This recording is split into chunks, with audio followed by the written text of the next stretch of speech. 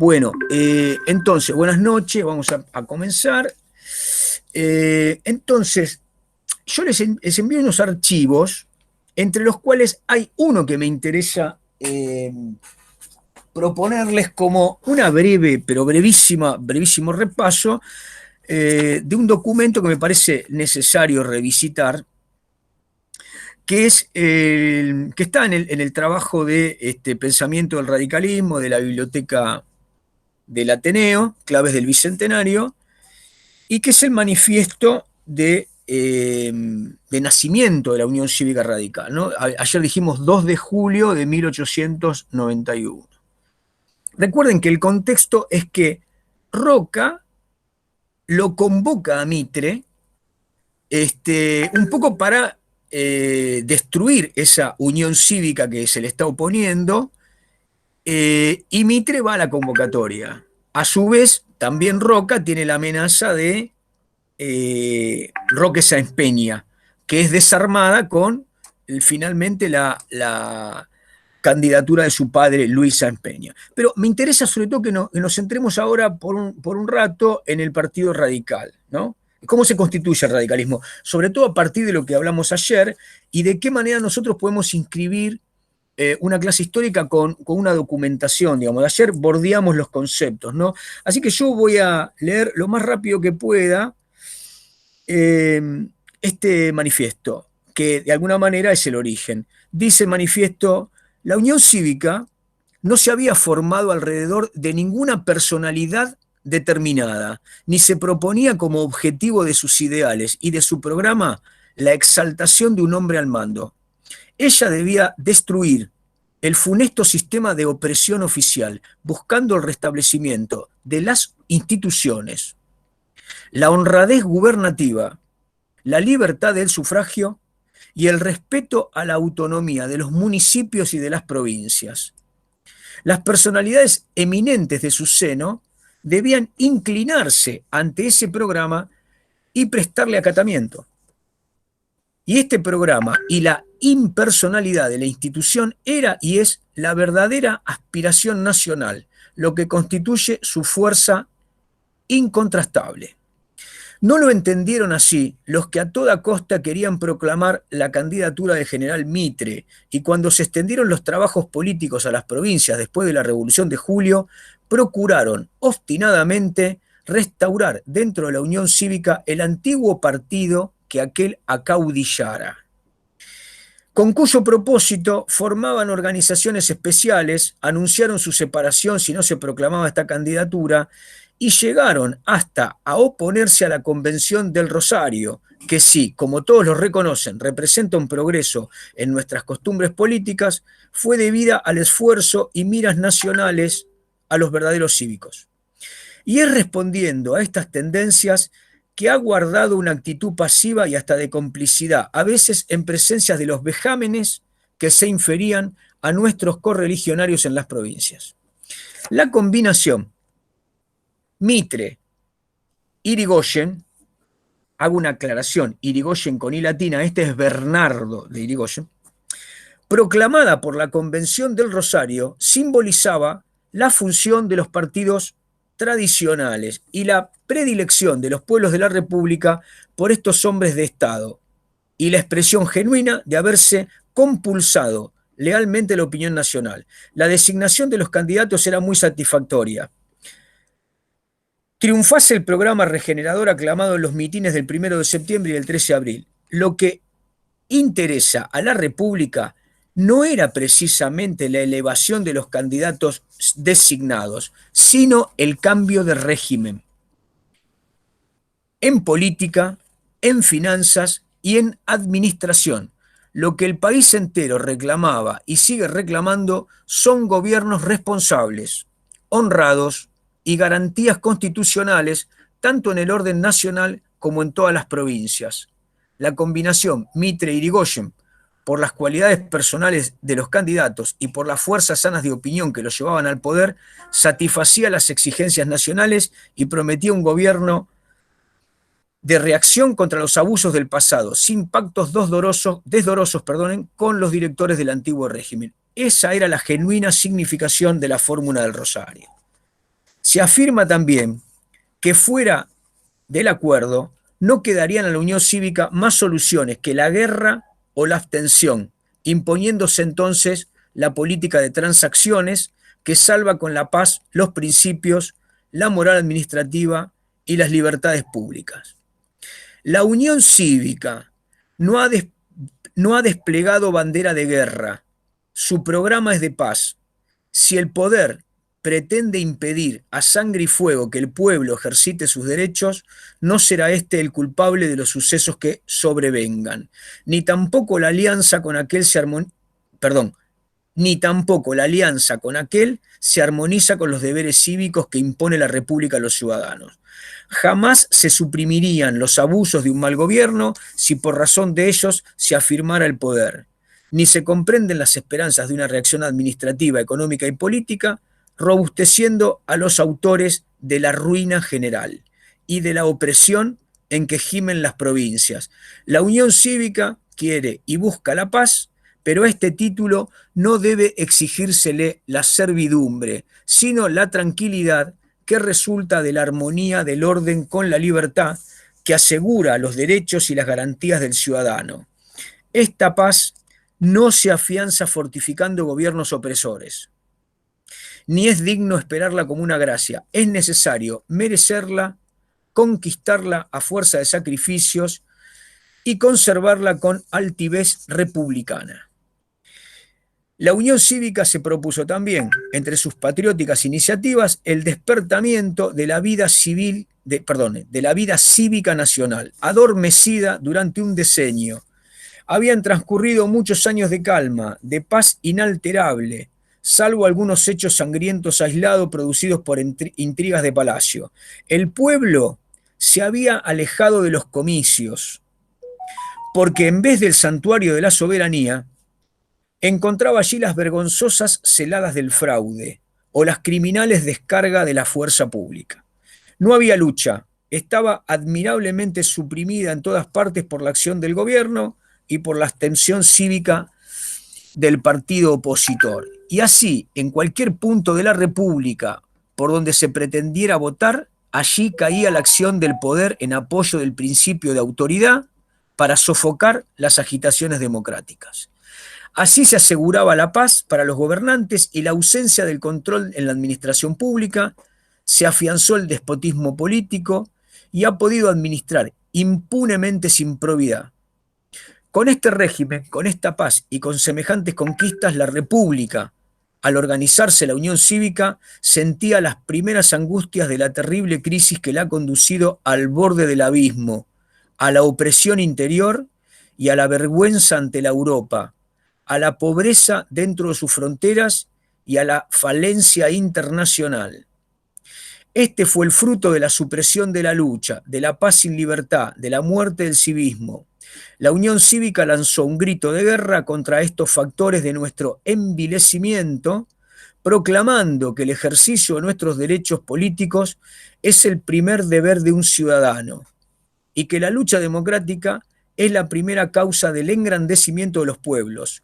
¿Cómo podría ahora arriar tan hermosa bandera y proclamar la supresión de la lucha, la paz sin derechos, la muerte de este espíritu cívico que ella ha despertado en el pueblo?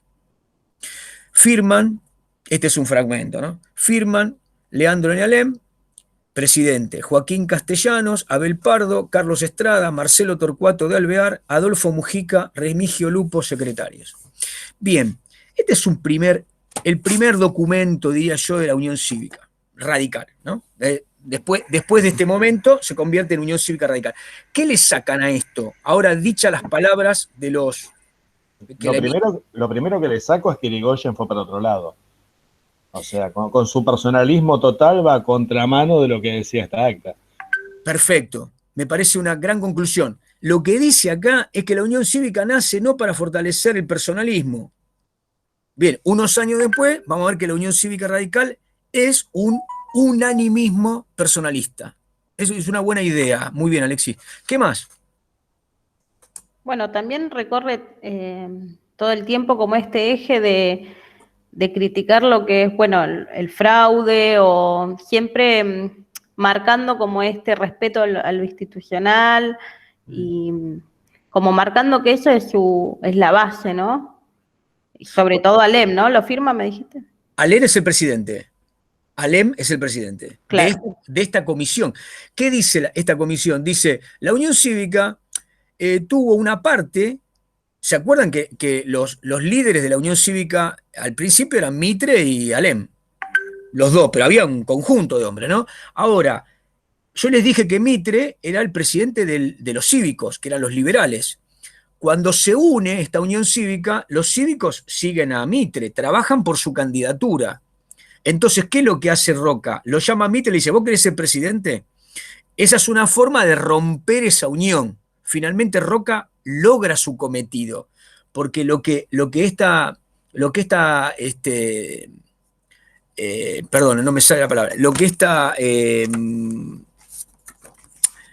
un nombre, este manifiesto proclama, es que nosotros no trabajamos para Mitre, está diciendo. Nosotros no trabajamos para Mitre. Nosotros somos otra cosa. Y ahí está lo que dice Valeria. Nosotros nacimos, dice el documento, para darle voz a los que estaban envilecidos, que, digamos, el envilecimiento general, la corrupción, utiliza otras palabras, ¿no? Dice, bueno, también hubo opresión, despotismo, corrupción. Bueno, todas esas palabras le alcanzan a la Unión Cívica para decir, bueno, esto es el régimen. Lo que produjo el régimen fue violencia contra los que querían votar. Después, perdón, Juan, me quedó una duda. ¿Es metafórico cuando dice el grito del pueblo, habla del grito de Alcorta? No. No. ¿Cuál fue el grito del pueblo? Esto está fechado en 1891. 1890. ¿Y el julio del 90 qué pasó? La revolución del parque. Claro. La revolución del parque. Esto pasa un año después de la revolución del parque. Entonces, lo que dice es, el grito fue aquella revolución. Dice, nosotros no nacimos porque sí, nacimos para tomar una responsabilidad, enfrentar al régimen. Ahora resulta que viene Mitre y va a acordar con Roca. Más o menos este es el cuadro de la situación, ¿no? Pero como dice Valeria, es muy interesante. Yo tomaría la idea de Alexis, que dice, bueno, acá se habla de impersonalismo, recordémoslo para ver qué pasó con la Unión Cívica Radical unos años después. Y la segunda es, esto es una denuncia del régimen. ¿Se acuerdan que ayer dijimos que el radicalismo funciona en este binomio, ¿no? Nosotros somos la causa. La causa como meta, como fin, como sino, ¿no? Somos la causa. Nosotros tenemos la idea de Irigoyen que va a desarrollar después es, nosotros somos la nación. Unanimismo, la nación somos nosotros. Encarnamos el pueblo contra el régimen que impide el desarrollo del pueblo.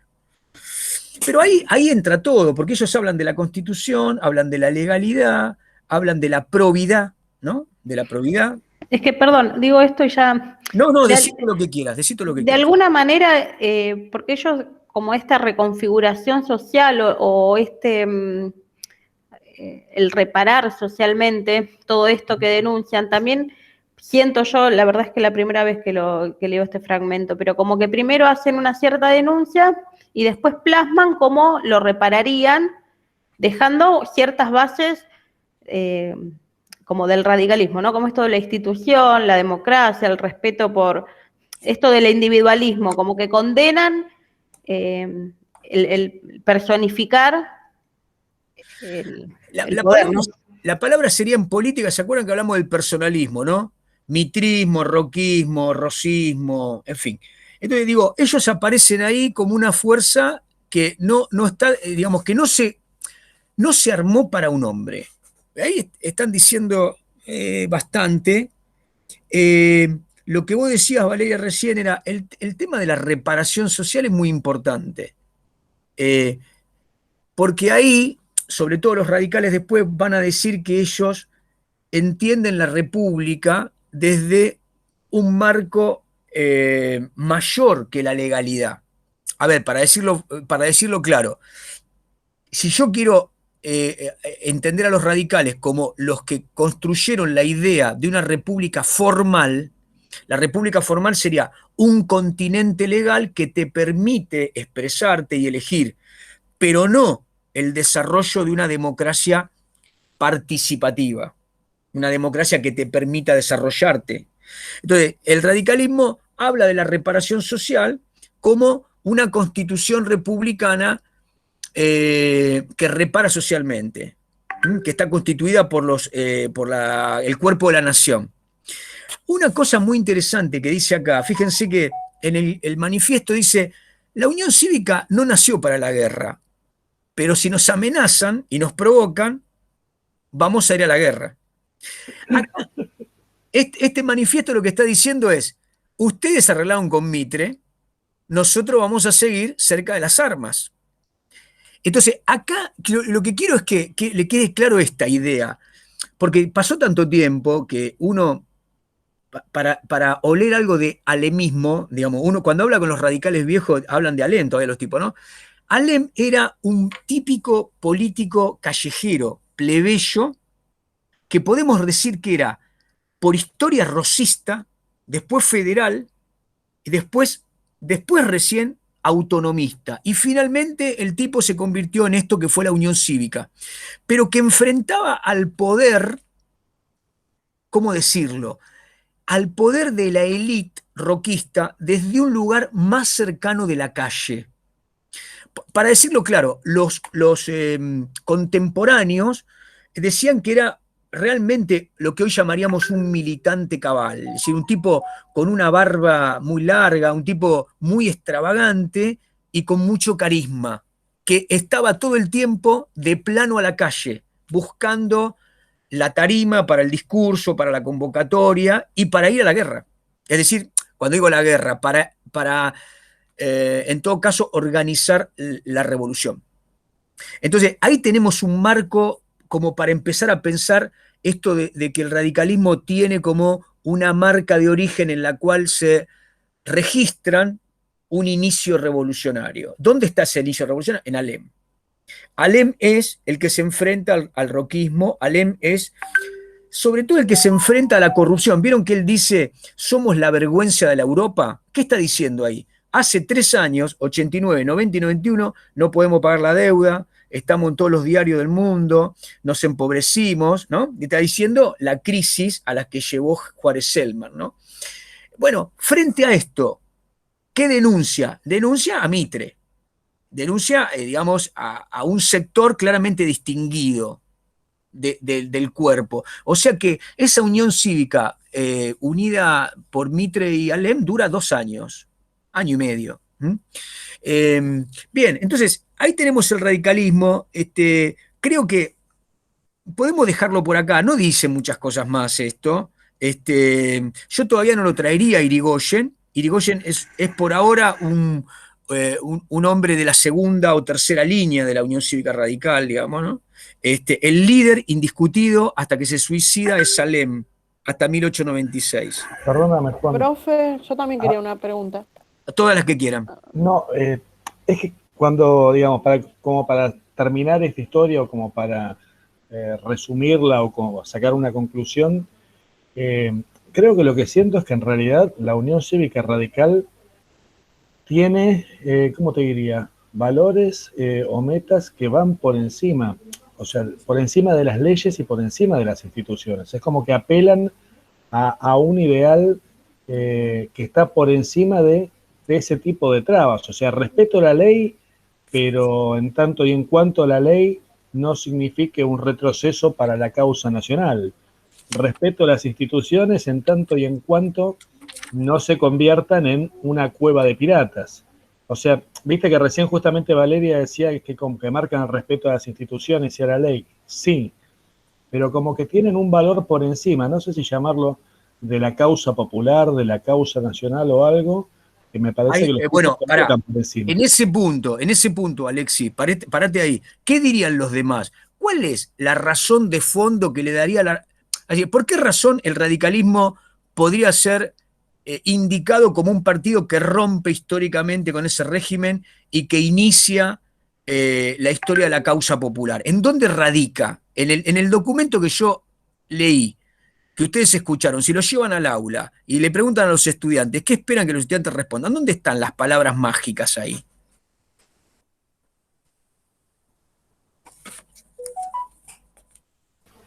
Yo tendría que volver a leerlo para saber cuál No, es. Que la pero lucha, por ejemplo, que la lucha restaurar. democrática es el engrandecimiento del pueblo. Sí, pero está muy bien. Ahora, ese es el punto de llegada. Digamos, la política democrática es el engrandecimiento del pueblo, pero ¿qué es lo que se está vulnerando para que no sea democrática? ¿El sufragio? El sufragio. La palabra mágica ahí es el sufragio. Bueno, Alem incluso no se suicida, ay, capaz que voy a decir una locura, pero no se suicida debido como al fraude, digamos, como que antes muerto que corrupto. Sí, sí, está bien. Está bien. Sí, me parece que Alem puede ser categorizado como esa figura un poco quijotesca que realmente rompe la época y establece este marco de lucha contra el roquismo. Igual me parece que, digo, vieron cuando decimos que en la historia argentina del siglo XX necesariamente uno en algún momento tiene que ir a las biografías, ¿no? Me parece que yo leí varias biografías de Irigoyen y de Alem. La de Alem es más oscura, hay menos datos, ¿no? La de Irigoyen es la que se ha corporizado como más es el hombre del radicalismo. Si nadie diría que hay que leer primero la biografía de Leandro en Alem que la de Irigoyen. El cuerpo del radicalismo está sostenido por la columna que es Hipólito Yrigoyen. Ahora, me gustaría de cualquier manera dejar la reserva del liderazgo de Alem, porque una parte del radicalismo después va a decir que Irigoyen degenera el legado de Alem. Y ahí, entonces ya tenemos otra cosa. Bueno, Romina, ¿querías decir algo más? Vos dijiste que Sí, iba a hacer una profe. pregunta. Sí, le quería consultar para que me quede bien claro. Cuando hablamos de régimen, hablamos de Mitre, la élite, ¿de qué hablamos de régimen? El régimen es para el discurso radical el gobierno, digamos, el roquismo. Viste que el documento dice, estuvimos 10 años de envilecimiento, el civismo apagado, la gente dormida, ¿no? Está aludiendo a que hay un régimen que es algo que dominó, manipuló al ciudadano, lo tuvo dormido en un grado de corrupción y que el radicalismo lo despertó, ¿no? Que la Unión Cívica lo despertó y lo llevó a las armas, a la rebelión. Más o menos este es el concepto metafórico, ¿no? de la cuestión. Bueno, escuchen esto, es de unos años, 4 o 5 años después, 5 en realidad. Esperen que les digo quién esperen, ya se los digo.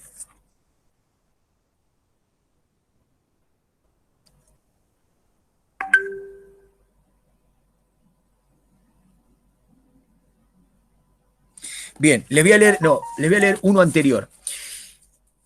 El programa del Partido Socialista. Esto está extraído de La Vanguardia, 1 de mayo de 1894. La Vanguardia es el periódico, ¿no? Del socialismo. En la República Argentina, como en todos los países donde domina el régimen capitalista, tiene que formarse un partido socialista obrero que se apodere del poder político e implante las reformas previas económicas y políticas necesarias para el advenimiento final del socialismo. Ese partido obrero existiría ya si los cientos de miles de trabajadores europeos que hay en el país supieran librarse de su preocupación patriótica y, nacionalizándose, se resolvieran a luchar aquí por la emancipación de su clase, ya que no han podido luchar por ella en los países de su nacimiento. El programa de ese partido, que debiera tener en cuenta las circunstancias locales, no diferiría mucho, sin embargo, del programa de los países europeos y norteamericanos. Sin embargo, reitero, el programa de ese partido, que debería tener en cuenta las circunstancias locales, no diferiría mucho, sin embargo, del programa de los países europeos y norteamericanos. En todas partes, las consecuencias del capitalismo son esencialmente las mismas, como lo son también los reclamos más perentorios del proletariado. Damos a continuación las partes principales del programa económico-político adaptado por la agrupación socialista, por el grupo Legox, por el Facio di Laboratori, con algunos agregados tomados del programa del Partido Obrero Norteamericano. Aunque los grupos locales mencionados bajo el punto de vista de la acción política tienen un carácter platónico porque están compuestos casi totalmente por extranjeros, han formulado por primera vez entre nosotros un programa que es, con ligeras modificaciones, el de los partidos europeos.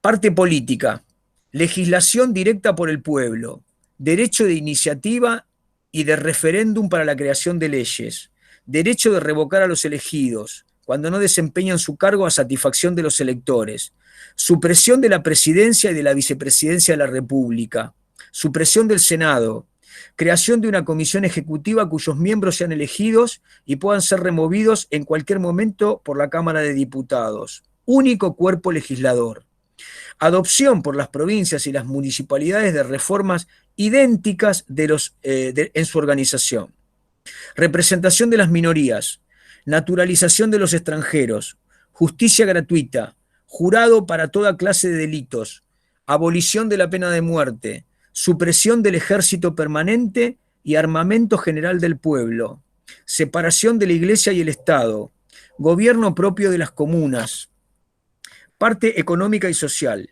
limitación legal a 8 horas de la jornada de trabajo para los adultos y en general proporcionalmente a la productividad del trabajo humano, limitación a 6 horas de la jornada de trabajo para los jóvenes de 14 a 18 años, prohibición del trabajo a las mujeres en ocupaciones antihigiénicas, prohibición del trabajo nocturno en lo que el bienestar general no lo exija, educación escolar para todos los niños menores de 14 años, obligatoria, gratuita, laica y accesible a todos por la provisión pública de comida, vestidos, libros, etcétera, si es necesario. Prohibición legal a los patrones de hacer trabajar a los obreros más de 6 días de cada 7. Salario mínimo legal determinado por una comisión de estadística obrera, con arreglo a los precios de los artículos de primera necesidad. Salario igual para las mujeres y los hombres cuando el trabajo hecho por unas y otros sea el mismo. Todavía estamos luchando por esto, ¿no? Creación en tribunales especiales compuestos de árbitros nombrados en parte por los patrones y en parte por los obreros para la solución pronta de las cuestiones entre unos y otros. Responsabilidad de los patrones en los accidentes de trabajo. Creación de comisiones de vigilancias elegidas por los obreros para la inspección de las habitaciones, talleres. Creación de escuelas gratuitas profesionales y de segunda enseñanza, anulación de todos los contratos enajenando la propiedad pública, puertos, ferrocarriles, etc., abolición de todos los impuestos indirectos y transformación de los directos en un impuesto sobre la renta y sobre la herencia, abolición del presupuesto del clero y confiscación de sus bienes. ¿Escucharon? Abolición del presupuesto del clero y confiscación de sus bienes, abolición de la deuda pública. Esto fue un documento, como les dije, emitido en La Vanguardia en 1894. Pero el partido finalmente se termina de erigir como una organización definitiva en 1896, ¿no? Y entonces ahí les voy a leer ahora, aunque es un poco cansador, lo que escribe su líder, Juan B. Justo. No, lo que emite el Partido Socialista.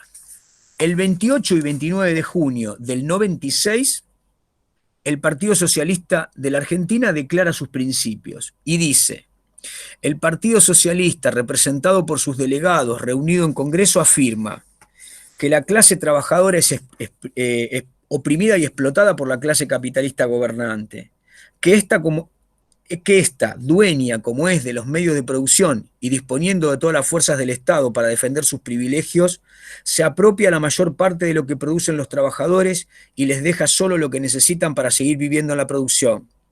Que por eso, mientras existe una minoría de parásitos que viven en el lujo y la holgazanería, los que trabajan están siempre en la inseguridad y en la escasez, y muy, muy comúnmente en la miseria. Que en la República Argentina, a pesar de la gran extensión de tierra inexplotada, la apropiación individual de todo el suelo del país ha establecido de lleno las condiciones de la sociedad capitalista, que las condiciones están agravadas por la ineptitud y rapacidad de la clase rica y por la ignorancia del pueblo, que la clase rica, mientras conserve su libertad de acción, no hará sino explotar cada día más a los trabajadores, en lo que le ayudan la aplicación de las máquinas y la concentración de la riqueza, que por consiguiente a la clase obrera, que por consiguiente o la clase obrera permanece inerte y es cada día más esclavizada, o se levanta para defender desde ya sus inmediatos intereses y preparar su emancipación del yugo capitalista. Que no solo la existencia material de la clase trabajadora exige que ella entre en acción, sino también los altos principios de derecho y justicia, incompatibles con la actual orden de cosas. Que la libertad económica, base de toda otra libertad, no será alcanzada mientras que los trabajadores no sean dueños de los medios de producción.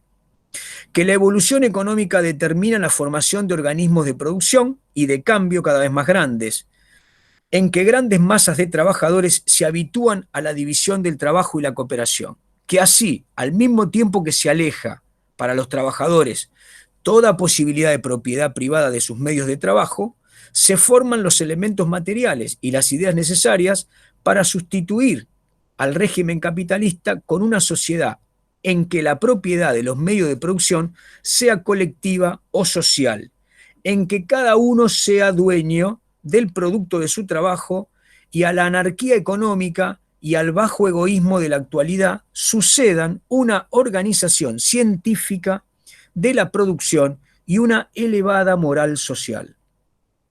Que esta revolución, resistida por la clase privilegiada, puede ser llevada a cabo por la fuerza del proletariado organizado. Que mientras la burguesía respete los actuales derechos políticos y los amplíe por medio del sufragio universal, el uso de estos derechos y la organización de resistencia de la clase trabajadora serán los medios de agitación, propaganda y mejoramiento que servirán para preparar su fuerza. Que por este camino el proletariado podrá llegar al poder político, constituirá su fuerza y se formará una conciencia de clase que les servirá para practicar con resultado otro método de acción cuando las circunstancias lo hagan conveniente. Bueno, 3 años después, mientras Alem y Marcelo Torcuato y los demás decían lo del radicalismo, se emitía esto. ¿Qué sacan de ahí?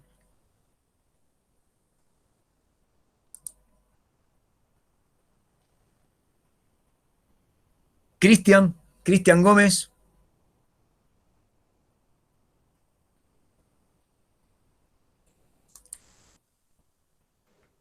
Sí, profesor. ¿Qué le sacás al texto que acabo de leer? No, me quedé con lo anterior, con lo del régimen, no, la verdad que no. ¿No? Tomás, ¿lo escuchaste? ¿Qué te pareció?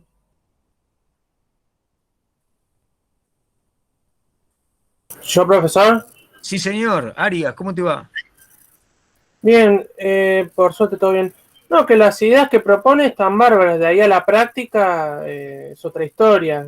Algunas cosas se fueron cumpliendo con el paso del tiempo, pero otras no tanto. Pero Y que, si estamos escúchame, ya en un proceso de decadencia en el que ya, como dice Adamowski, que la clase obrera, la clase baja, respondía a la manutención del sistema en el que se redistribuían los recursos a otra clase. Pero en realidad, como dijo esto, lo que yo recién, que le daban lo mínimo para que siguiera siendo medio de producción, pero no había un estado de bienestar en el que la clase realmente pudiera consumir, que a lo sumo a la larga también perjudicaba al sistema, ya que tampoco, si no consumen, tampoco se mantiene, pero hay un desequilibrio cada vez mayor, cosa que no había antes. Pará, Tomás, vamos de nuevo. Escuchá, yo leí un documento situado en julio de 1891, el radicalismo. Sí. Ahora leí 2 documentos. Sí. Uno primero, que es de la unión de 2 programas socialistas, de los franceses de Legox y de los italianos de de la comuna de Laboratori.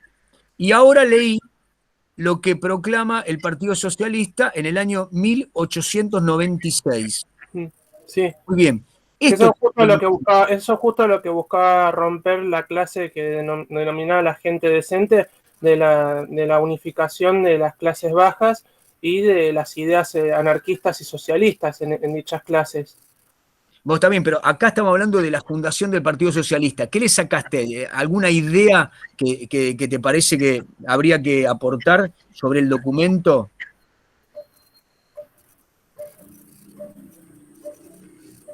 No, que las ideas que dice, muchas de ellas son interesantes también, pero que no se llevaron a la práctica. O sea, Pero, salvo... pero ¿cuáles? Porque tenemos que ver qué es lo que dice ahora este documento del socialismo y lo que pasa después, para dejarlo más o menos sentado. ¿No? No, yo lo que entendí es eso, pero, por ejemplo, a ver, déjame un segundo que piense. Va más, puede ser, profe. Dale, Néstor. Van más al hueso, más a la defensa de los derechos del trabajador y a la eliminación de la hegemonía de los dueños de producción, digamos, para que el trabajador tenga el dominio de lo que produce, digamos. Bien, supongamos que usted está enfrente a los pibes. La primera cuestión del manejo de este documento es, el texto en donde hablan socialistas, sean los que escriben en La Vanguardia, o sea Juan B. Justo, no importa, son los responsables, son socialistas. ¿A quién designan como el otro? ¿A quién designan como el otro? Los radicales dicen el régimen, los opresores, el poder. ¿Qué dice el Partido Socialista? ¿Cómo los menciona? ¿Habla de la clase dominante? Bien, habla de la clase. Es a los que tienen los medios de producción. Bien, pero el rango, lo que acaba de decir la compañera, estos textos hablan de la clase, hablan del proletariado, la clase obrera, y hablan de la clase capitalista, hablan el capitalismo. O sea, no hacen un distingo no hablan de Roca ni de Mitre, establecen un marco de análisis por primera vez de lo que llamaríamos política clasista. Hay un micrófono que me está matando. ¿Estamos de acuerdo en eso? Es decir, sí, profe, habla de los trabajadores oprimidos y explotados y la clase dominante capitalista. Bien, muy bien. Y habría que sacar algo más, que los pibes entiendan que este texto, no importa si después vamos a ver si los socialistas hicieron esto, si mantienen este discurso, pero lo que dice este texto, 1896, es, tenemos que lograr que los trabajadores sean propietarios de los medios de producción. Dice, después, eso será de propiedad colectiva o social. Y sí, dice, no tienen poder de decisión aparte, son como fácilmente reemplazables, entonces realmente no tienen un control sobre lo que les conviene o lo que no les conviene, sino tienen que acatar al patrón, no tienen poder de decisión el trabajador en esa situación, eso es lo que quería cambiar, ¿no? Bien. ¿Qué dice? Hay dos palabras que son muy interesantes para sacar de este texto respecto de lo que dice el Partido Socialista de los Trabajadores. Dice, yo creo que un eje que se puede tomar, que también lo podemos después analizar más adelante, es el concepto de conciencia de clase. Y después otra cosa interesante es esto, lo de la iglesia, ¿no? Bien. Como clase dominante siempre ahí bordeando lo eclesiástico. Bien. Y la revolución proletaria también, perdón. Sí, habla de revolución proletaria, pero hay una cosa interesante que en ningún momento habla de la toma del poder por una organización. Vieron que habla de la revolución un poco volada, ¿no? Dice, la revolución tiene que permitir que los trabajadores sean propietarios de los medios de producción. Después vamos a ver si es social o es colectiva. Y habla particularmente, después cuando vuelvan a ver el texto que yo les envié, vean que dice, este sistema dice, mantiene a los trabajadores en la ignorancia. Y en otra parte dice el programa del partido que tiene que lograr el ascenso moral de los trabajadores o algo por el estilo, ¿no? Fíjense que hay un registro de este Partido Socialista en Argentina, que se llamó al principio Partido Socialista Obrero, que hablaba de un fin pedagógico. Entendía que no había revolución con trabajadores ignorantes. Fíjense el cuerpo, en el programa este pequeño, el cuerpo que le dan a la educación. Dice, la educación tiene que ser libre, gratuita, le tienen que dar de comer, le tienen que dar el vestido y todo lo que sea necesario. Realmente es llamativo el cuerpo que el socialismo le otorga a esta cuestión cultural, la educación de los trabajadores y, como decía Valeria, cómo claramente aparece un sesgo antimilitarista. Terminemos con el ejército y démosle las armas al pueblo y terminemos con la iglesia, ¿no? Dice, quitémosle, tenemos que abolir la propiedad y abolir el presupuesto. O sea, les sacamos lo que tienen y no les pagamos más. Más o menos. Entonces, ahí hay un sesgo muy interesante del Partido Socialista que lo va a mantener a lo largo del tiempo, ¿no? Juan, pero, sí, adelante. No, me refiero que criterios, por ejemplo, como los de armar a la población y desestructurar los ejércitos regulares son principios, diría, tradicionales del marxismo, por ejemplo. Sí, la diferencia es que el marxismo, ¿qué dice? Dice, tenemos que armar la vanguardia del proletariado y tomar el poder. Claro, sí, estos no apuntan a una revolución armada, por lo menos en ningún momento se manifiesta claramente esa idea. No dicen cómo llegar. No dicen. Profe, lo que yo entendí es que lo que marca este manifiesto son como principios, como el camino a seguir para llegar al poder político, que para eso tiene que haber educación, el empleado, los trabajadores tienen que ser dueños de su producción. O sea, es como que le indica los pasos a seguir para poder llegar por este camino. El proletariado podrá llegar al poder político. Bien. Perdón, Romina, perdón, ¿puedo contestar? Creo que en realidad es al revés, Romina. Creo que en realidad primero tenés que llegar al poder político para poder establecer ese tipo de reformas. Y no de otra forma. Puede ser también, profesor, tomado como un antecedente o el puntapié inicial por ahí a lo que se viene en el siglo XX, o sea, la organización de los trabajadores, los primeros sindicatos. O sea, puede ser que esto haya, abierto una puerta a lo que viene después, o esto... Claro, porque además, hay que pensar también de que si ellos justamente querían escuela, no sé si es para que ellos sean dueños de sus fábricas, sino también primero libres de sus pensamientos propios, que no estén dominados o especificados solamente en un solo tema, sino que tengan libertad de expresión para en algún futuro llegar a tener todo lo que ellos quieren que tenga el trabajador. Por lo menos creo que yo lo entendí así. Profesor, yo si no entendí mal lo que dice Damoski en el texto de Historia de la Clase Media, Decadencia una ilusión, es que justamente ante este fortalecimiento de los sectores obreros, lo que se apunta es ante la diversificación, porque lo que dice el texto es que la clase media, lo que estaba desarrollándose como clase media, no es solo una sola clase socioeconómica, sino es que con el paso del tiempo se va construyendo una identidad social en eso. Entonces, con el método de la individualización, se busca la individualización del trabajador, que cada uno perciba su propio beneficio con fin egoísta, y entonces, antes, por citar un ejemplo, el jefe de un trabajador, que ambos empatizan, después se busca crear una categorización en los trabajos, y de esa manera se los separa y se los jerarquiza, y se crean también todos unos prejuicios sociales entre uno y otro. Y de esa manera se evita el fortalecimiento colectivo. Tomás, me parece que está bien lo que decís, está vinculado, pero no está en el centro de lo que estamos tratando.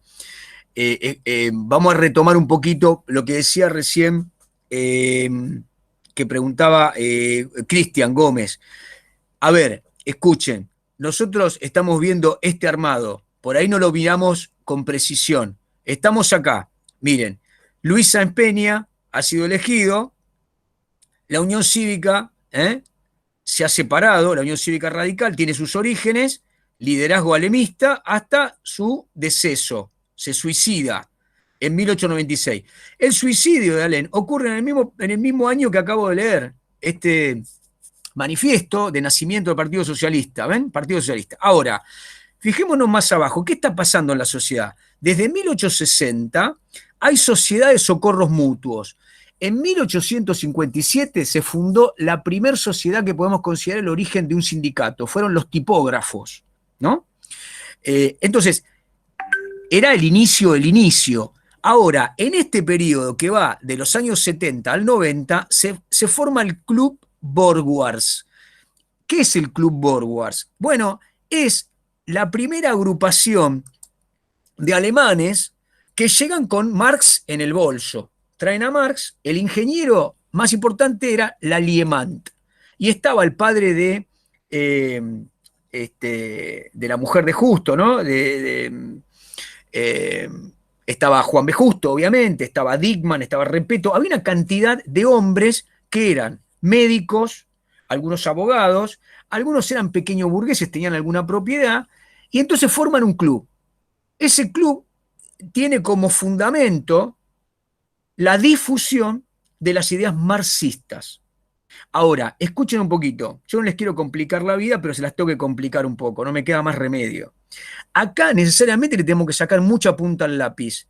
Marx fue leído e interpretado por estas épocas, todavía vivía, en múltiples sentidos, mucho más después de su muerte. Entonces, Juan B. Justo es uno de los hombres intelectualmente más sólidos de su época y empieza a traducir El Capital. El primer tomo lo termina de traducir completo. O sea que el primer club Borgwars alemanes que traen a Marx, sobre el cual se va a fundar el Partido Socialista, tiene como primer fundamento el marxismo en la Argentina. Son todos inmigrantes, son gente formada. Juan B. Justo es un médico, ¿no? Y cuando venden su coche y alguna propiedad, compran lo que arman es como partido, es un lugar donde pueden imprimir folletos. O sea que su idea de lo partidario y de la lucha era una idea cultural, libresca, académica. Esto es muy importante. En la charla que da Beatriz Sarlo, ahí en Santa Fe, Alicia Moró de Justo, gracias Leandro, Alicia Moró.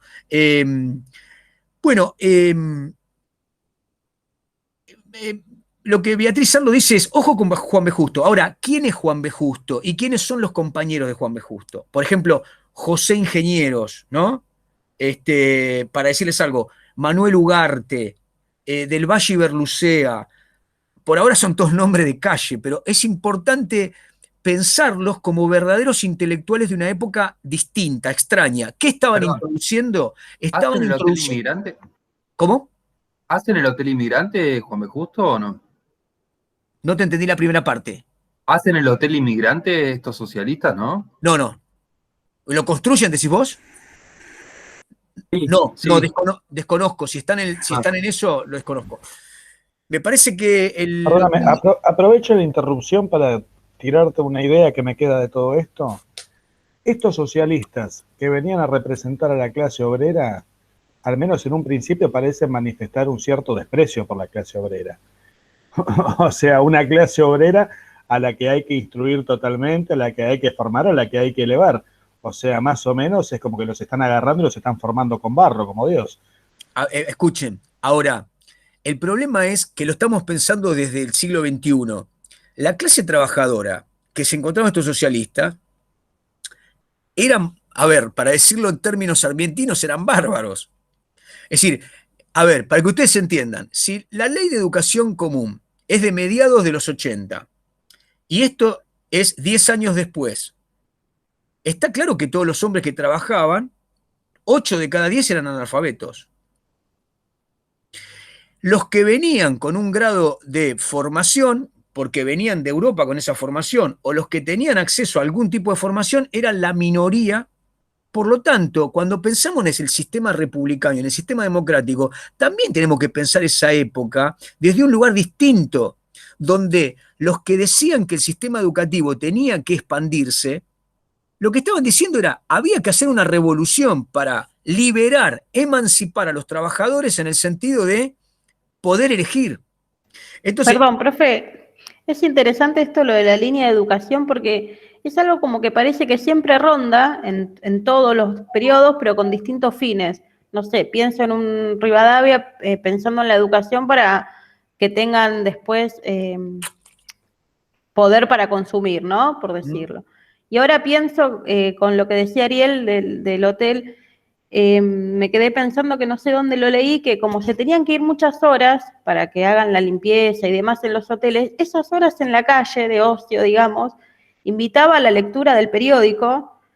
Y también pienso que la educación, esto es una percepción personal, no digo que lo haya leído, pero pienso que también para que puedan seguir leyendo cada vez más, porque un medio político en ese momento era la lectura, la literatura en sí. sí, pero de nuevo, piensen, escuchen esto, piensen que estamos presentando el socialismo. Yo lo que quiero que entiendan radicalmente la diferencia de lo que va a ser el anarquismo y el sindicalismo. El socialismo está formado por esta vanguardia de hombres profesionales, universitarios, que leen y traducen. ¿Saben lo que es traducir a Marx? Yo no sé si ustedes intentaron. Yo leí un par de tomos del Capital. La verdad es que no seduce a la lectura. Es un texto muy complejo, y lleva horas. La verdad es que esto marca un poco que constituían una vanguardia cultural. Para que ustedes entiendan, si yo hablo de los hombres, de los grandes hombres de los 80 y los 90, Juan B. Justo no está fuera de ese grupo de hombres. Lo que pasa es que está introduciendo un pensamiento social que no existe en la Argentina, que es una tradición europea y que en general se enmarca con características que son por lo menos distintas a las que se van a desarrollar 10 o 20 años después. Entonces, lo que yo estoy tratando de que ustedes entiendan es esto. El comienzo, el origen del pensamiento de izquierda en la Argentina es complejo. El desarrollo y los orígenes de la clase obrera también son complejos. Les reitero, cuando vean el video de Camarero van a ver qué bien que le está hablando a los trabajadores de la cooperativa, pero lo hace de manera muy sintética y muy clara. Entonces, yo lo que intento acá es que le pongamos un poco de cuerpo académico. Vamos de nuevo acá.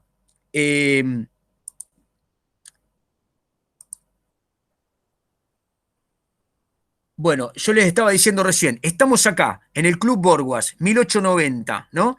Fíjense que esta línea habla de sindicalismo de combate. Sindicalismo de combate. Es decir, lo que está pasando en la Argentina desde los 90 hasta principios de siglo es que empiezan a constituirse grupos importantes de trabajadores alrededor del conflicto. Entonces, en ese periodo, junto con los socialistas que están constituyendo esta vanguardia de tipo partidaria, sindical y cultural, aparece el anarquismo que tiene otros orígenes, que tiene otra composición social y que tiene otra dirección sindical y política, totalmente distinta. Acá tendríamos que parar un minuto. Yo sé que ustedes lo van a valorar. Estoy jodiendo, ¿no? Profe, ¿puede ser esa diferencia que está diciendo entre anarquismo y socialismo? Quizás que el socialismo estamos hablando de una organización que se está gestando, ¿no es cierto?, en el país, y quizás el anarquismo fue con la inmigración como que fue importada, ¿no es cierto? No, pero no sé si ahí llegan a ver. Ahora te Profe, contesto creo bien. que a Mosky, perdón, en Sí. tanto anarquismo, creo que era mucha más la cantidad, digo, de circulación dentro de la comunidad que había de estas ideas, que incluso tenían por ahí clubes o teatros o cosas ya propias del anarquismo, que después fue perdiendo un poco de fuerza con los sindicalismos, me parece a mí, o no. Está muy bien, para que le quiero contestar a Leandro lo que decía el Ciboti. Sí, está perfecto lo que decís, Leandro, está muy bien, están vinculando texto fantásticamente, está muy bien. Civoti es la que trabaja el capítulo de El inmigrante, ¿no? De inmigrante a ciudadano, ¿no? Es decir, ese paria que llega en esta evolución sociocultural. Ahora, vamos a parar un poquito acá, porque acá se complejiza la cosa. Podríamos pensar el inmigrante, desde su recepción a la Argentina, no desde el Estado. Socioculturalmente, el inmigrante es recepcionado en distintos tramos por instituciones que nacen, que son de otros inmigrantes. Es decir, los italianos, los españoles, los alemanes, los polacos, todas las comunidades nacionales europeas fundaron sociedades de socorros mutuos. ¿Qué es una sociedad de socorro mutuo? Recibo a mi connacional, mantenemos la lengua, mantenemos las tradiciones de origen, tenemos fiestas nacionales y en algún momento esas sociedades de socorro van a tener un perfil obviamente sindical, que es el de lucha, porque muchas comunidades inmigratorias están convocadas en eslabonamientos laborales, vienen a trabajar en algún sector de la actividad, convocadas por sus familias que ya han venido, o por sus familiares, o por sus vecinos, digamos, ¿no? De aquella ladera del norte de Piamonte, ¿entienden? Porque en realidad las sociedades empiezan a tener el nombre de la colina, el nombre de la aldea italiana o española, ¿no? Muy bien, esas organizaciones, escuchen esto, tenían sus periódicos en la lengua, leían sus periódicos en la lengua, tenían orfeones, tenían el propio teatro, tenían la propia poesía, intentaron tener escuelas. En ese sentido, socialistas, escuchen, anarquistas y comunistas van a reeditar la idea de una sociedad utópica paralela. Es decir, los trabajadores, para salir de la dominación y de la alienación del capitalismo, tienen que mantener una sociabilidad lejana a la que le propone el capitalismo. No tienen que consumir, ni divertirse, ni socializar con los que están dirigidos por los patronos. Por lo tanto, estos cuerpos de socialización proletaria van a adquirir siempre un carácter ideológico. Los socialistas tienen sus clubes. Esos socialistas, escuchen, que es muy interesante esto, los socialistas nacen en clubes. ¿Saben cuál es el centro de los clubes socialistas? La biblioteca. O sea, para los socialistas, un club socialista es una biblioteca. El trabajador tiene que ir a leer. Creo que lo decía Valeria ahí muy bien. Los anarquistas tienen una comuna. En esa comuna conviven todas las necesidades. Es decir, hay una cultura general y se despliega, si ustedes quieren, una batería de ideas que se refuerza. Por ejemplo, era común que los orfeones o los grandes mitines y fiestas de los anarquistas, después de los comunistas, ni hablar, digo esto, los comunistas llegaron al punto de que fundaban el club casi como una, ¿cómo decirlo?, como una prolongación familiar. El proletario, el comunista, tenía que ir sí o sí al club, llevar sus hijos desde chicos. Los hijos de los comunistas eran amigos de otros hijos de comunistas. Acá hay una idea que también tiene un perfil de gueto. Es decir, la izquierda en la Argentina nace con la marca de cierto cariz, de cierto cariz de guetización, o por lo menos de separación. Es decir, ahí hay un, para decirlo clarito, los movimientos nacionales y populares, el irigoyenismo y el peronismo en general van a enfrentar a la izquierda planteándose como crítica la falta de interpretación de estos núcleos ideológicos del sentir del criollo común. Lo más claro que aparece en ese escenario, termino la idea y te dejo, en ese escenario es que tanto el irigoyenismo como el peronismo se presentan a sí mismos como verdaderos intérpretes del sentir popular, mientras que los grupos de izquierda, que son vanguardistas y que están cerrados en su ideología, no logran interpretar ese sentir. En realidad, tanto comunistas como socialistas, lo que quieren es hacer una pedagogía ideológica de la clase. Lo que dijo Valeria, lo que quieren es que el trabajador alcance una conciencia de clase. Sí, adelante. Eso un poco de lo que está hablando es también lo que hablaba el texto de Boto y Madero, puede ser, porque hablaba Sí, de la llegada del inmigrante y hablaba también de que se formaba un ámbito público y otro privado. Y bueno, y eso es lo que está explicando recién usted, lo de los grupos y que tenían sus lugares de ámbito privado para expresar sus conocimientos, ideas y sus posturas y donde no las pueden expresar públicamente. sí, señor, sí, señor. Estas instituciones, profe, como usted, o guetos, como usted lo denomina también, puede ser una de sus características, me parece que, o por lo que vimos, está basada mucho en la solidaridad, ¿no es cierto?, entre las necesidades quizá de algunas familias, como decía usted, de participación de los hijos y todo eso, y más allá de eso, quizá un poco más adelante también con el tema de los presos políticos, ayudar entre las familias por las necesidades que vayan pasando, ¿no es cierto?, y todo.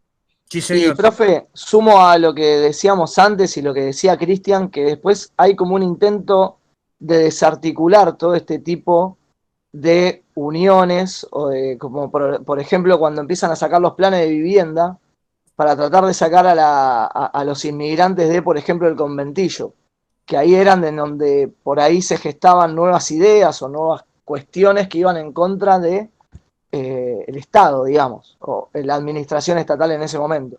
Sí, sí. Eso por ahí lo dice un poco Armus. No es un gran proceso pero general, pero sí.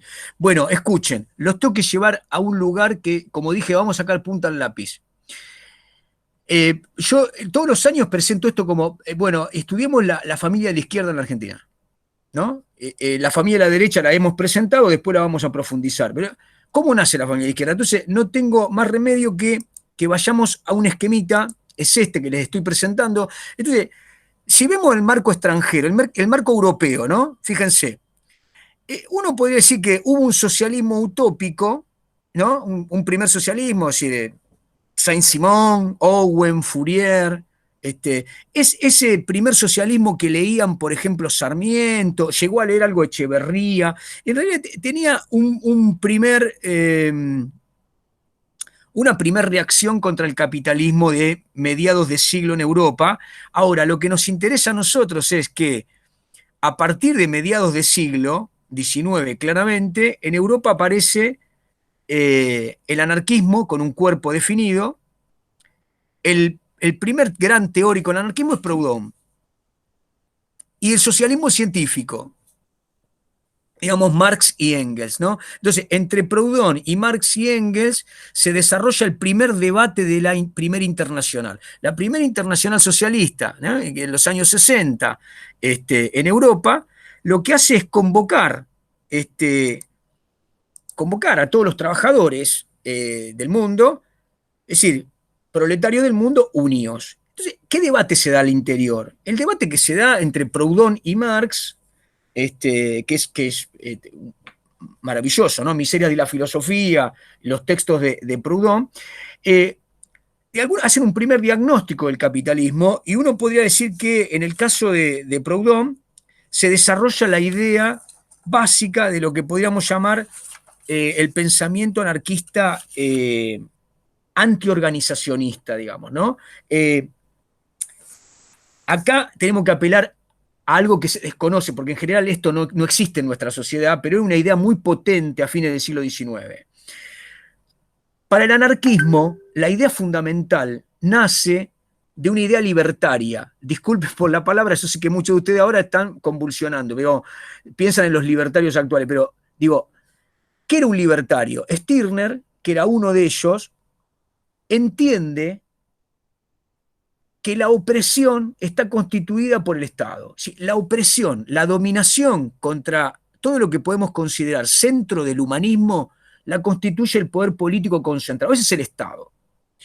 Entonces, individuo y Estado, en su oposición, visto filosóficamente, tienen a este movimiento libertario como radical. Entienden que todas las libertades del individuo tienen que ser respetadas. Y para que esto ocurra, no tiene que existir un dominador. Stirner dice que el liberalismo cuando surgió, mucho antes obviamente de esta época, que el liberalismo nació con esta fuente, la defensa del individuo a ultranza, pero que el liberalismo después se convierte en fuente que dicta el progreso de los estados nacionales, el capitalismo. O sea, el liberalismo para Stirner es una forma libertaria degenerada que se constituyó en fuerza del pensamiento del Estado Nacional para oprimir. Uno podría decir, todo Estado Nacional me protege, pero a la vez me domina, me manipula, me sujeta, me limita. Esta es la raíz del pensamiento anarquista. Ahora, ¿qué dice Proudhon? Y los que le siguen son Bakunin y Kropotkin, perdonen. Entonces, los más conocidos son Bakunin, ¿no? Proudhon y Bakunin. Los dos rusos, ¿no? Proudhon francés. Lo que dicen es, todo tipo de poder corrompe. Escuchen, todo tipo de poder corrompe. El Estado sí es una opresión máxima, pero cualquier hombre que intente gobernar a otro hombre está cometiendo una opresión. Por lo tanto, este pensamiento que está en la raíz del anarquismo, que se llama antiorganizacionismo, implica que los anarquistas pensaban de consuro en defenderse de las opresiones, pero estaban mucho menos predispuestos a una tendencia a organizarse con un objetivo de tomar el poder. Me parece que es la raíz del tema, porque ideológicamente tiene poco desarrollo. El anarquismo a nosotros nos parece una colección de extravagancias, ¿no? Cuando vemos anarquistas decimos, bueno, nos parece una colección de extravagancias. ¿Por qué? Porque nosotros no concebimos la vida social sin el Estado, como un articulador. Muy bien, para estos tipos, 1890, 1880, cualquier hombre, cualquier organización, cualquier institución que tenía como meta el gobierno, sujetar, legislar, dominar, era un opresor. Por lo tanto, partiendo de este concepto, está claro que el anarquismo no iba a tener los mismos objetivos ni iba a desarrollar las mismas prácticas. Ahora, en el concurso del desarrollo del anarquismo, va a haber después plexos, va a haber bifurcaciones. Este primer desarrollo de Proudhon va a ser tomado por Bakunin, y cuando se desarrolla, digamos, el pensamiento bakuniniano, ya han ocurrido avances en lo que podemos llamar la historia del desarrollo de la izquierda clásica y de la clase obrera. Entonces, si miramos el esquema, ustedes se van a fijar que el periodo de la primera internacional, que coincide, digamos, con el despertar en la Argentina, los primeros de los inmigrantes que van a traer el tema, o por lo menos para recrear su cultura, es incipiente. Ahora, en Europa, esta primera internacional, digamos, fracasa, se disgrega y surge la segunda internacional. Y acá es muy importante que nos paremos un minuto. Entre 1875 y la Primera Guerra Mundial, el marxismo va a tener por lo menos una división interna respecto de lo que se puede considerar revolución. Entonces, además de la separación del anarquismo, separen anarquismo de socialismo científico. Socialismo científico es Marx. El anarquismo no se considera clasista. Escuchen esto, no se considera clasista. ¿Por qué? Porque los oprimidos no pertenecen solo al mismo tipo de clase. Para el marxismo, la política es clasista, el análisis es clasista. Para el anarquismo, no. Para el anarquismo, los niños, las mujeres, los oprimidos pertenecen a distintos rangos, son oprimidos. El anarquista es ácrata, está en contra de cualquier tipo de organización, cualquier tipo de gobierno. Bueno, volviendo al marxismo, en la Segunda Internacional aparece al interior del marxismo la oposición de lo que podríamos llamar los evolucionistas, los que entienden, para esto ya había muerto Marx, ¿no? Entienden que la proposición de Marx, de máxima, la toma del poder, en las condiciones objetivas, en realidad era un camino. Ese empezó a ser llamado el camino revolucionario. Mientras que, para distinguirse, Bernstein es el cabeza, digamos, el hombre que encabeza esta vertiente de pensamiento, elabora la corriente evolucionista. Es decir, el marxismo lo que estaba anticipando era claramente una lucha contra el capitalismo, pero esa lucha contra el capitalismo no necesariamente debía ser violenta, no debía ser exclusivamente la toma del poder, sino que podía ser un camino eslabonado a partir de avances en los cuales no estaba fuera de marco el crecimiento de la clase obrera en su conciencia, el desarrollo de la educación de los obreros y sobre todo la participación política de los obreros. Obviamente el pensamiento bernsteiniano es el que adopta el Partido Socialista Argentino. ¿Entienden? Digo, esto para ya zanjar. El socialismo argentino no va a estar animado del recorrido que hace el marxismo. ¿El marxismo qué recorrido hace? Marx dice, tenemos que fundar partidos de vanguardia de los obreros y tomar el poder. Dictadura del proletariado. Y después sigue Lenin. Lenin dice, esa dictadura del proletariado lo que establecerá es una, obviamente, enajenación de los medios de producción que serán concentrados por el Partido de la Revolución.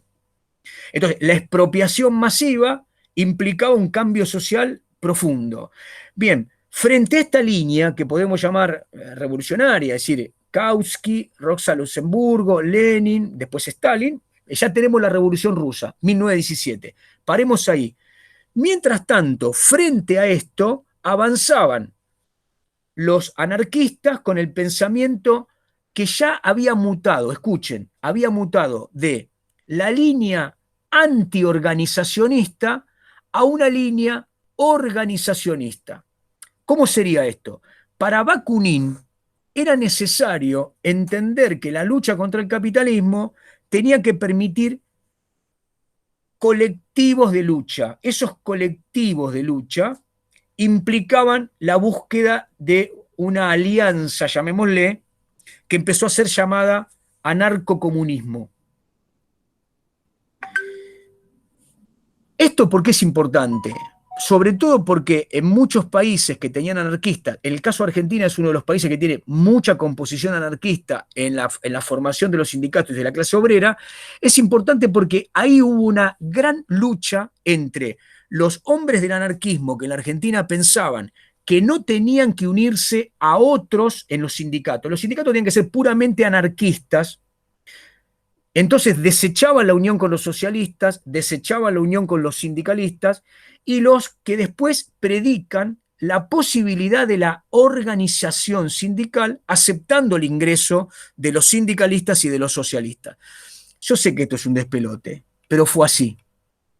Bien. No, Juan, perdóname, vos sabés que, por ejemplo, bueno, el sindicato al que yo pertenezco, la Fraternidad, fue fundado por anarquistas. Y si vos no entendés lo que estás explicando ahora, no podés entender cómo diablo puede ser que anarquistas que se oponían a cualquier tipo de asociación se organizaran en un sindicato. O sea, es central ese cambio de frente. Sí. Bueno, escuchen para un poco darle el tono a esto. Por la misma época, en Francia, ustedes saben que estuvo la Comuna de París, que en Francia se desarrollaron una gran cantidad de líneas de pensamiento. Una fue el blanquismo. Es decir, hay distintos procesos por los cuales los franceses, filosóficamente, entienden que Marx era un utópico. Es decir, que Marx era, si ustedes quieren, profético. Es decir, marcaba una utopía indudablemente lejana de la practicidad revolucionaria. Uno de los hombres que piensa, o sea, primero era marxista, se llamaba George Sorel, primero era marxista, pero después se distancia, para decirlo fácil, no es fácil, es complicado, el tipo fue monárquico, después se hizo marxista, pero es un gran filósofo, y termina entendiendo o enfrentándose al pensamiento de Marx con el tema de que Marx era demasiado profético y que en realidad la búsqueda de la revolución había que hacerla más allá del partido revolucionario. el partido de vanguardia, el Partido Obrero Revolucionario, no era el cuerpo revolucionario. George Sorel lo que dice es, hay que ser revolucionario, pero la clase práctica la hace la revolución desde el sindicato. Obviamente su pensamiento era revolucionario y violento. Esto animó el pensamiento de lo que después se va a llamar sindicalismo revolucionario.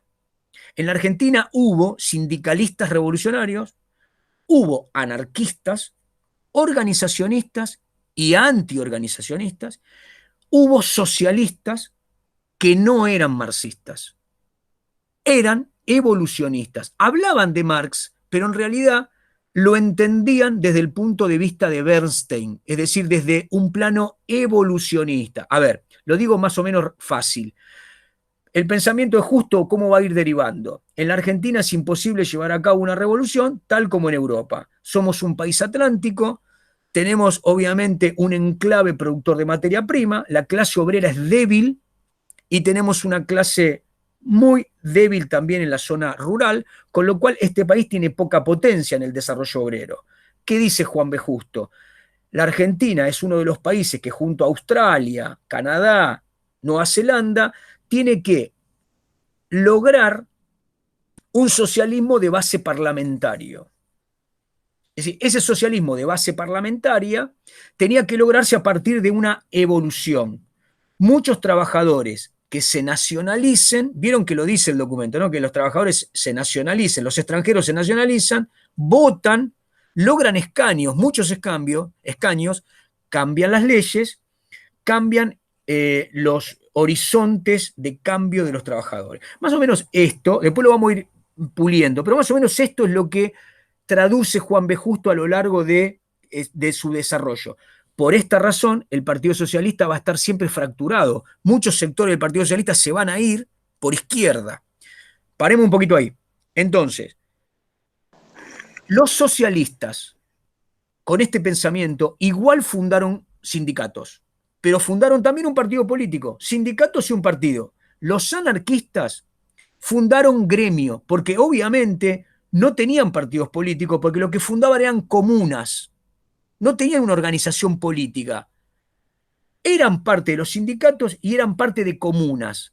Para el año 1910 había como 80 comunas en Capital. Muchas de ellas no se conocían entre sí. Uno era de la comuna anarquista de La Boca, por ejemplo, o de Barracas.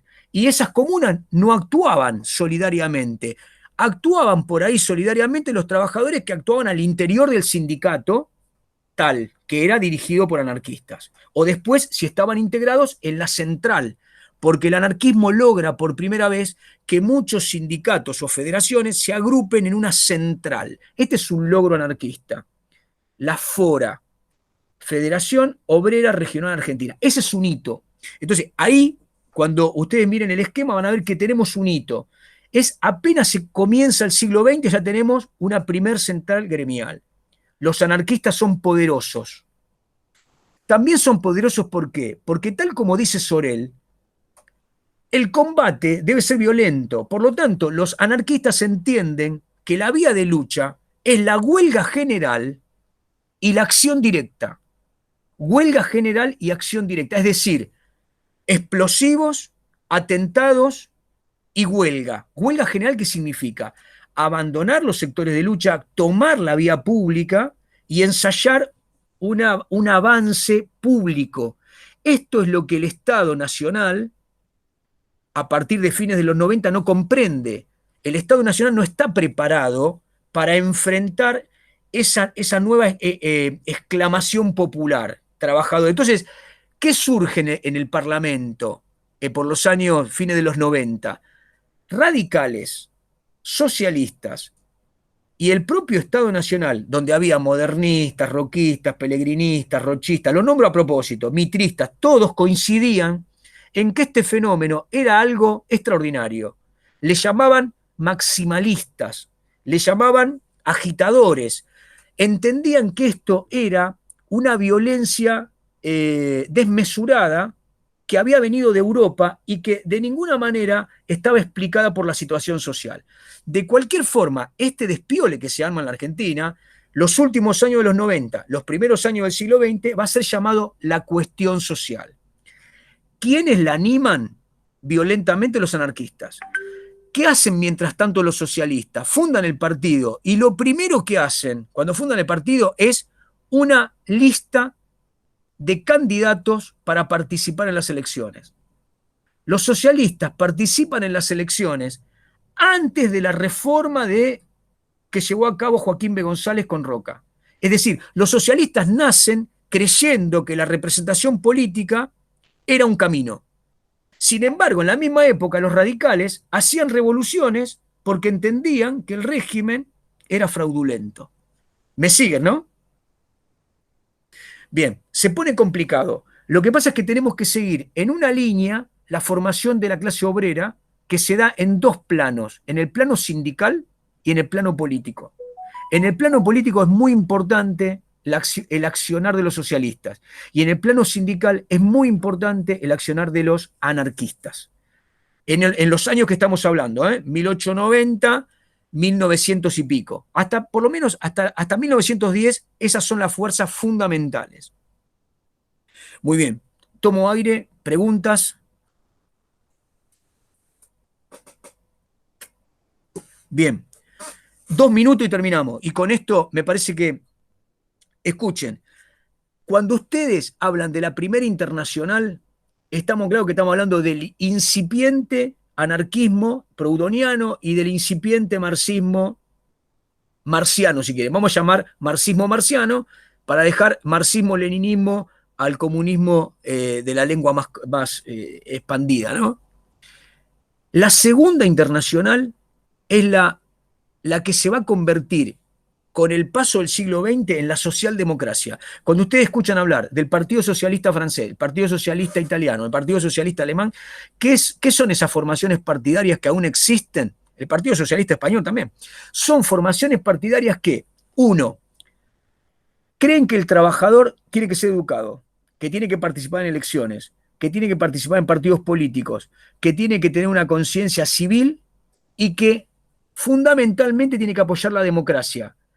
Estos 5 elementos, además de los sociales, la solidaridad, el cooperativismo, la producción social, etc., pero esos 5 elementos fundamentan el hecho de que los marxistas crudos, los marxistas que después se convierten en bolcheviques, los llamen reformistas. ¿Qué quiere decir reformistas? Que legitiman el sistema de la burguesía. Participan electoralmente del sistema de la burguesía, legitimándolo. Y por lo tanto, lo que quieren es reformarlo, no cambiarlo de base. Lo dicen en sus discursos, pero en los hechos, obviamente, no hay una acción en el sentido de la búsqueda revolucionaria. Muy bien, esto termina de clarificarse cuando, bueno, en 1917, con la Revolución Rusa, el triunfo del pensamiento marxista revolucionario es llevado a cabo por Lenin, por Trotsky y por Stalin. Entonces, ese pensamiento marxista-leninista va a llegar a la Argentina como el pensamiento maximalista bolchevique. Los bolcheviques en Argentina van a nacer como un pensamiento antiimperialista que surge del Partido Socialista, por izquierda, por ruptura. Por acá la cosa, pasando en limpio, anarquistas, socialistas, marxistas revolucionistas, marxistas bolcheviques, y lo último, sindicalistas sorelianos. Eso lo dejamos para la próxima, sindicalistas revolucionarios. Bien, gente, 2201. ¿Alguna pregunta para no terminar así de manera...? No, yo te quería hacer una, Juan. Respecto a lo que dijiste maximalista, perdón. ¿Qué se refiere? ¿Que la clase digamos, obrera o se baja te escucho muy mal, Carlos. Se te escucha muy mal. Te digo que la clase obrera o la clase baja es la dominante, digamos. ¿Le entendieron ustedes? Escribilo, Carlos. ¿Se escucha ahí? Ahí sí, dale. No, te decía que vos respecto a lo que decías de maximalista, refiere a que la clase es la dominante, la clase baja es la dominante, que es super clase alta, vamos a lo que tiene que ver. No se te entiende, pero te digo, la palabra maximalista significaba diferenciar la militancia sindical y política conocida por estos agitadores nuevos que venían como agentes de un espionaje externo. Se le va a llamar maximalistas a los más radicales. La palabra aparece después de Semana Trágica, pero se utiliza muchísimo para señalar a los agentes Bolche, que se suponía que estaban en la Argentina entre 1917 y 1921, un poco mezclados. Los que querían introducir la idea de la toma del poder a través de la revolución violenta, maximalistas. Bueno, ¿está Carlos? Sí, ya entendido, gracias Juan. Bueno, listo, Alexis, no me hagas nada con las manos. Yo argentino. Muy bien. Gracias a todos, nos vemos. Chao. Chao, profe. Buenas noches. Chao, chao.